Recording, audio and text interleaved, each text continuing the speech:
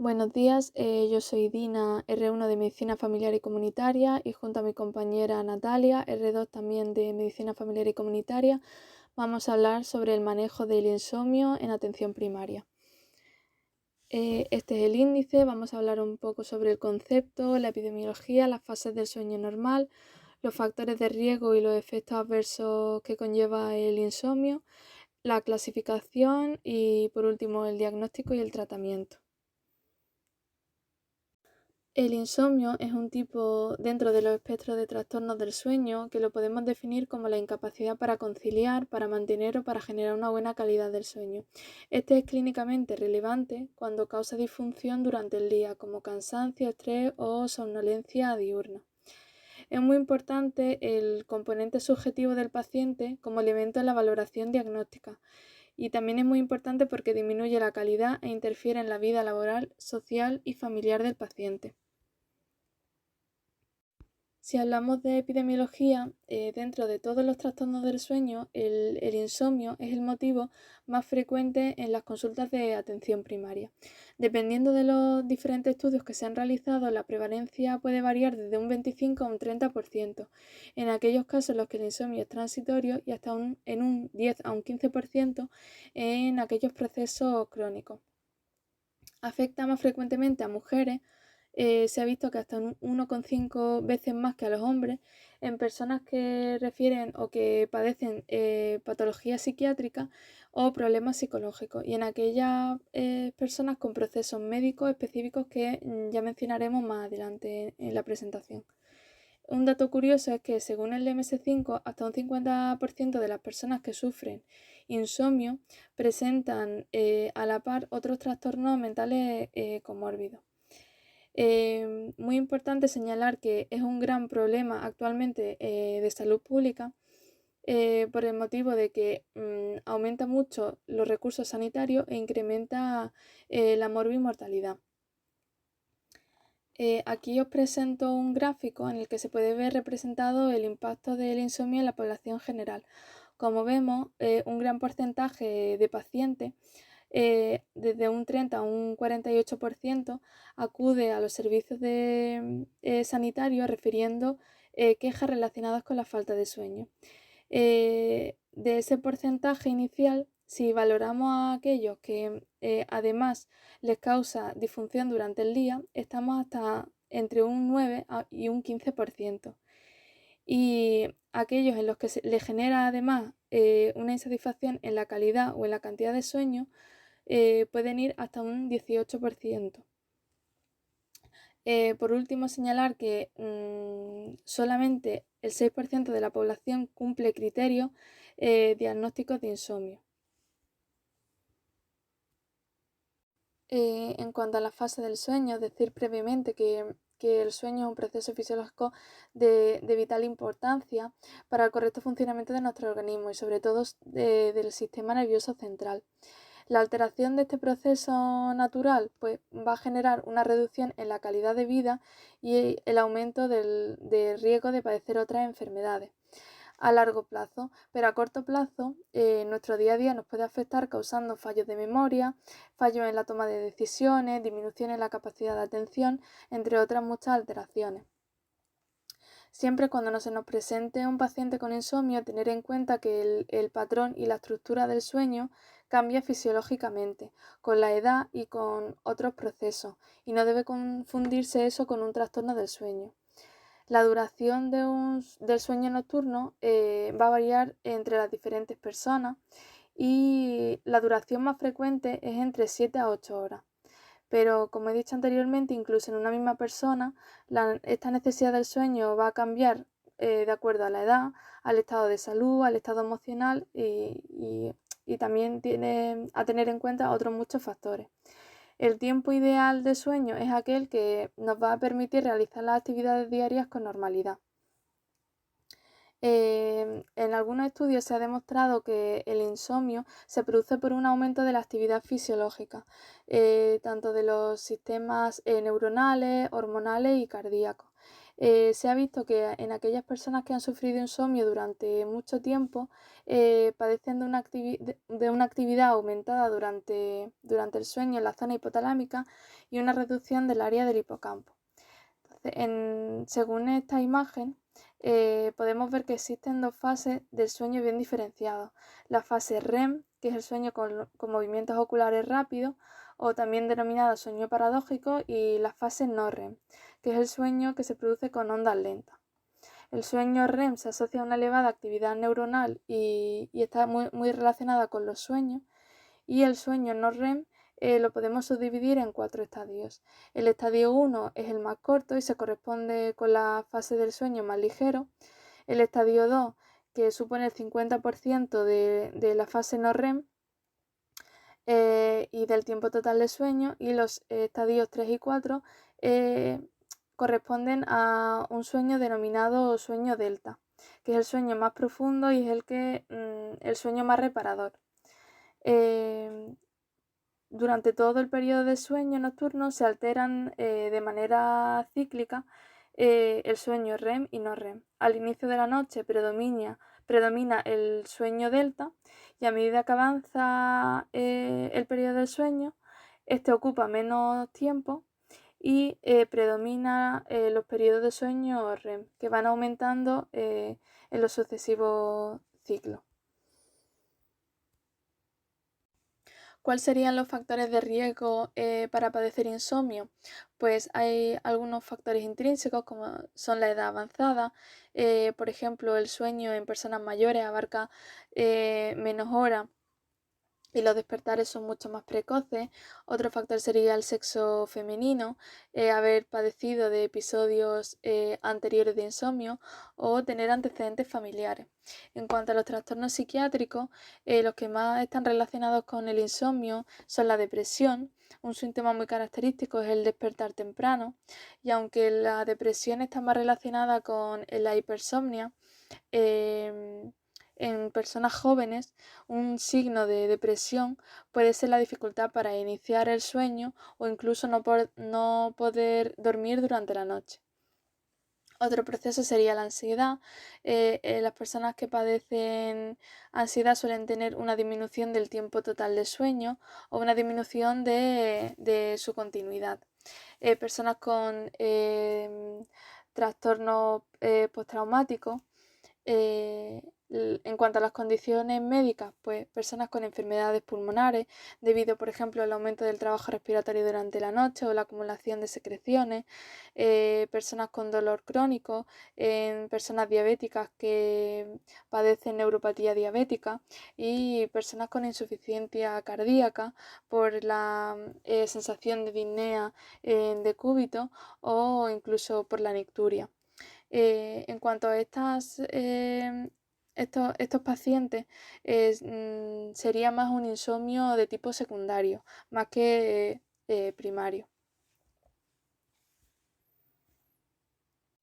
Si hablamos sobre los efectos adversos que puede generarle el insomnio, estos pueden afectar desde la calidad de vida y las funciones cognitivas, produciendo somnolencia, aumento de la fatiga, confusión, déficit de atención, durante la realización de la actividad de la vida diaria. Puede generar aumento de la automedicación y dependencia de fármacos. Este es un punto muy importante porque actualmente es un problema de salud pública. Muchos de los pacientes que acuden a los servicios sanitarios con quejas de insomnio se les prescribe automáticamente una medicación como son las benzodiazepinas. Muchos de estos pacientes pues están largos periodos de tiempo, incluso años, con tratamiento sin que se les explique los efectos adversos, y esto conlleva a la dependencia y hasta la tolerancia. Incluso muchos de ellos, sobre todo jóvenes, acuden hasta puntos de venta ilegal para automedicarse.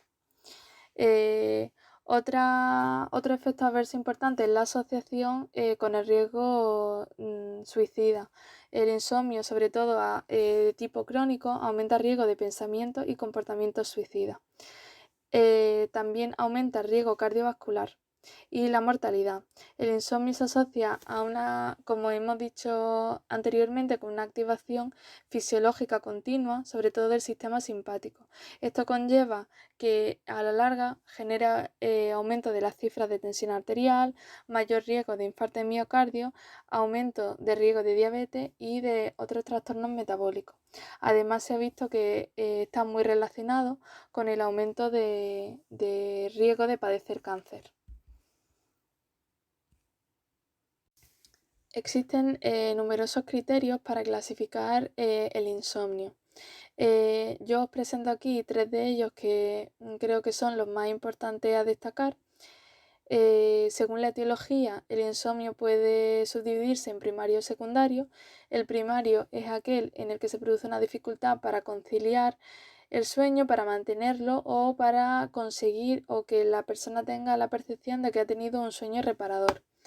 Debe tener una duración mínima de al menos un mes y provocar malestar clínicamente significativo. Y además no está relacionado con otros trastornos del sueño. El insomnio secundario es aquel que se produce como consecuencia de otros cuadros clínicos, como malos hábitos, alteraciones psiquiátricas o psicológicas o alteraciones cronobiológicas, como pueden ser el adelanto de fase o el retraso de fase, un ritmo vigilia irregular, personas que tengan trabajo a turnos o el famoso jet lag. También se pueden dar en proceso médico o por tratamiento farmacológico. Según el momento de la noche en el que se produzca el insomnio, puede ser de conciliación, que es el más frecuente en este grupo, y se produce cuando se tarda más de 30 minutos en dormirse. Si es transitorio, casi siempre está relacionado con procesos como cambios en el entorno o procesos psicológicos transitorios. El insomnio de mantenimiento es cuando existe una dificultad en mantener el sueño, con despertares frecuentes durante la noche y, muy importante, que no tenga ninguna causa secundaria. Y el despertar precoz, que es cuando se consigue una conciliación y un mantenimiento del sueño normal, pero la persona se despierta como mínimo 2 horas antes de la hora habitual. En cuanto a la duración, tenemos un insomnio transitorio, que es aquel que dura menos de una semana, el insomnio agudo, que va de 1 a 3 semanas, y el insomnio crónico, que se produce cuando se da en más de 4 semanas. Representa el 50% de los casos y es el más difícil de tratar. El diagnóstico del insomnio normalmente se va a realizar desde atención primaria y lo que nos vamos a encontrar pues va a ser un paciente que nos llega con una queja de sueño insatisfactorio y en base a esa queja vamos a poder realizar una aproximación diagnóstica mediante la historia clínica, una historia detallada del sueño del paciente y la exploración física. También pues, nos pueden ser útiles, como veremos más adelante, la realización de un diario del sueño o la aplicación de ciertos cuestionarios o escalas. Y aquí a la derecha os he dejado los criterios diagnósticos del DSM-5. En cuanto a la historia clínica, en los antecedentes personales debemos prestar atención a la presencia de ciertos trastornos, tanto orgánicos como mentales, que pudieran estar detrás de dicho insomnio. Por ejemplo, la presencia de disnea en un paciente con insuficiencia cardíaca, que al acostarse en decúbito pues no pueda dormir por esa disnea, el reflujo gastroesofágico, la presencia de nicturia en un paciente con prostatismo, o que se encuentre ese insomnio asociado a otro trastorno de depresión o de ansiedad. Del mismo modo, debemos indagar en el tratamiento actual del paciente, si ha sufrido alguna modificación recientemente coincidiendo con ese periodo de insomnio, si ha añadido o ha retirado bruscamente algún fármaco, e indagar también en el consumo de sustancias, principalmente drogas, pero también el consumo de tóxicos como el tabaco por la nicotina, que es estimulante, el consumo de alcohol o el consumo de bebidas como el café o el té. Aquí os dejo recogida una lista de algunos de los fármacos que podrían verse relacionados con el insomnio. Por último, debemos interesarnos también por el entorno sociofamiliar del paciente, cómo le va en el hogar, cómo le va a nivel económico, cómo le va a nivel laboral, de cara pues, a identificar posibles factores estresantes que estén desencadenando ese insomnio.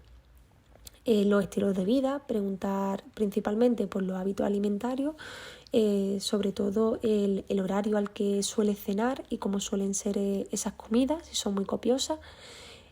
Por el consumo de tabaco o de bebidas estimulantes, como veíamos anteriormente, y preguntar también por el ejercicio físico que realiza, si lo realiza de manera regular y el horario en el que lo realiza.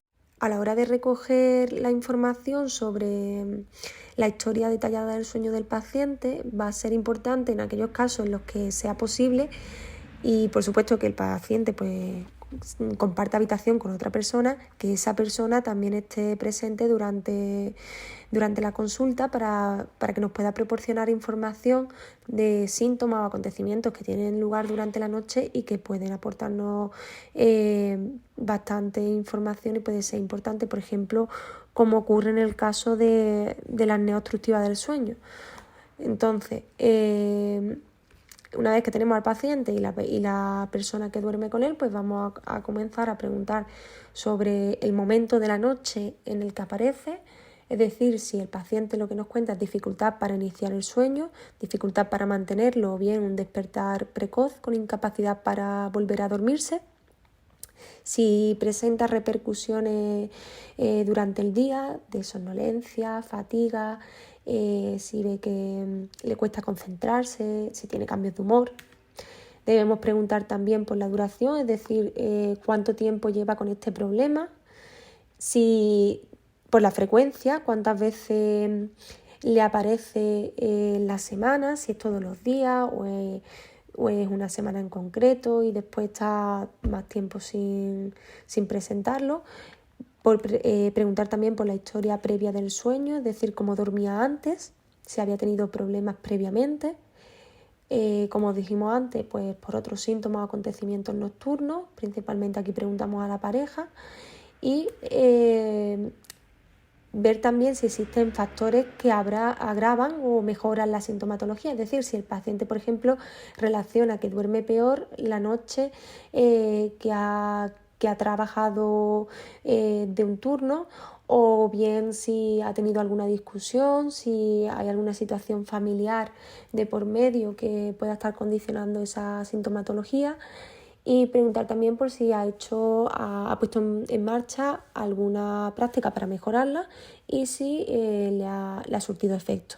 Preguntar también por las condiciones ambientales del dormitorio, la temperatura, si a la hora de dormir entra luz o hay ruido. Preguntar también por la rutina que suele llevar normalmente antes de acostarse, si los horarios a los que suele acostarse y despertarse, tanto en los días laborales como en los fines de semana, y preguntarle pues cómo se despierta, si lo hace espontáneamente o precisa de despertador o de que le llamen, y si este problema lo había tenido previamente, pues preguntar también por tratamientos previos. Y bueno, como vimos al principio, también puede ser útil en estos casos el que el paciente durante al menos un periodo de 15 días realice en su propia casa lo que es el diario o agenda del sueño, en el que el paciente pues, va a anotar un registro de la hora a la que se acuesta, el tiempo que está en la cama despierto antes de dormirse, con qué frecuencia se despierta durante la noche, si es que se despierta durante la misma, a la hora que se levanta por la mañana, si se ha echado siesta ese día, si ha habido algún acontecimiento, y también pues, puede evaluar un poco la calidad de ese sueño. Y por último tenemos también algunas escalas que son útiles en atención primaria y que podrían pues, pasarse al paciente, como el índice de gravedad del insomnio, el índice de calidad del sueño de Pittsburgh o la escala de somnolencia de Edwards. Y en cuanto al tratamiento, como en otras muchas patologías, tenemos por un lado lo que sería el tratamiento no farmacológico y por otro lado el tratamiento farmacológico. En este caso lo que ocurre es que al considerarse que los tratamientos farmacológicos en el insomnio deben ser mayoritariamente a corto plazo, el tratamiento no farmacológico va a tener mucho peso. Este tratamiento no farmacológico se va a basar principalmente en terapias psicológicas y conductuales. En la tablita aparecen ordenadas por evidencia científica las distintas terapias: el control de estímulos, la restricción del sueño, los ejercicios de relajación, la terapia cognitiva y la educación en higiene del sueño. Pese a estar la última en la tabla, creo que es la más importante porque, dado el tiempo que normalmente se suele tener en la consulta de atención primaria, es la más accesible o en la que mayor incidencia podemos realizar en el paciente. Incluso podemos darle esas recomendaciones impresas y que el paciente pues se las lea en su casa. Y en esa educación en higiene del sueño que vamos a dar al paciente, nos vamos a basar en 10 puntos básicos. En primer lugar, debemos incidir en que los horarios de sueño sean regulares, es decir, que el paciente se vaya a acostarse y a despertarse a una hora en concreto y que intente mantenerla, incluidos los fines de semana. Que las condiciones ambientales de la habitación pues sean las adecuadas para dormir, que no haya ruido, que no haya luz, que esté cómodo en la cama, que la temperatura sea la adecuada. Por otro lado, en cuanto a los hábitos alimentarios, pues que coma a unos horarios regulares, que evite comer a horas muy tarde de la noche y que esa cena pues sea muy pesada. Y el otro extremo, el irse a dormir con hambre. Limitar también el consumo de sustancias con efectos estimulantes, sobre todo a partir de las 5 de la tarde, y lo suyo es permanecer en la cama entre 7 y 8 horas.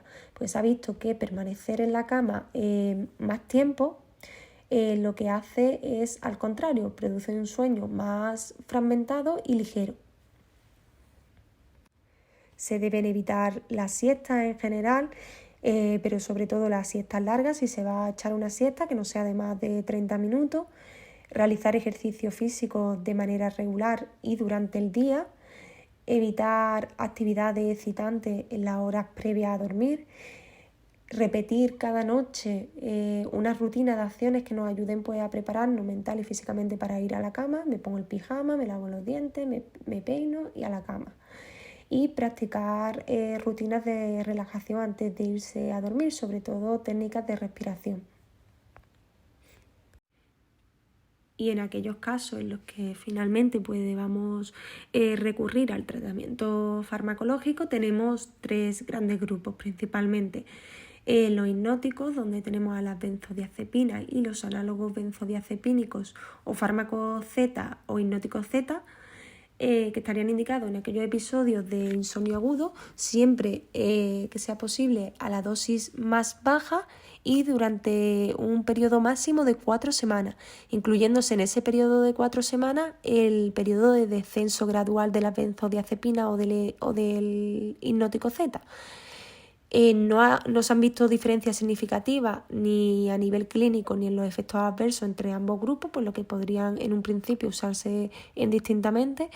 Y se debe tener cuidado en los pacientes ancianos, sobre todo en las benzodiazepinas por el deterioro cognitivo y el riesgo de caída, y en pacientes con riesgo de abuso o dependencia, ya que introducir uno de estos fármacos pues a la larga puede ser muy difícil de retirar. Por otro lado, tenemos los agonistas melatoninérgicos. Aquí estaría la melatonina de liberación prolongada. Esta melatonina podría considerarse el primer escalón en pacientes mayores de 55 años con un insomnio primario y, a diferencia de las benzodiazepinas, pueden mantenerse hasta 13 semanas. E incluso se ha visto en ensayos con seguridad que el fármaco sería seguro hasta 12 meses. Pero en ficha técnica lo que aparece es hasta 13 semanas aprobado. Y el único que tenemos en España aprobado por la EMS es el Circadin. Y por último tenemos los antihistamínicos H1, la difenhidramina y la doxilamina, que estarían indicados a corto plazo en adultos jóvenes, con un periodo de duración de una semana. por las propiedades anticolinérgicas que presenta, pues como ya sabéis, no está recomendado en los pacientes ancianos, ya que predisponen a cuadros delirantes, efectos cognitivos, retención de orina, estreñimiento. Entonces, en los ancianos debemos evitar estos últimos.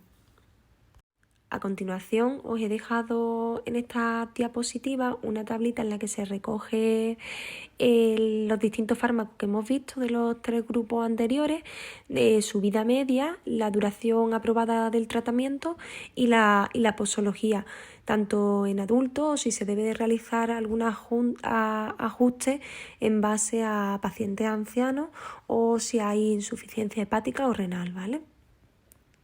Y por último tenemos los antidepresivos y los antipsicóticos.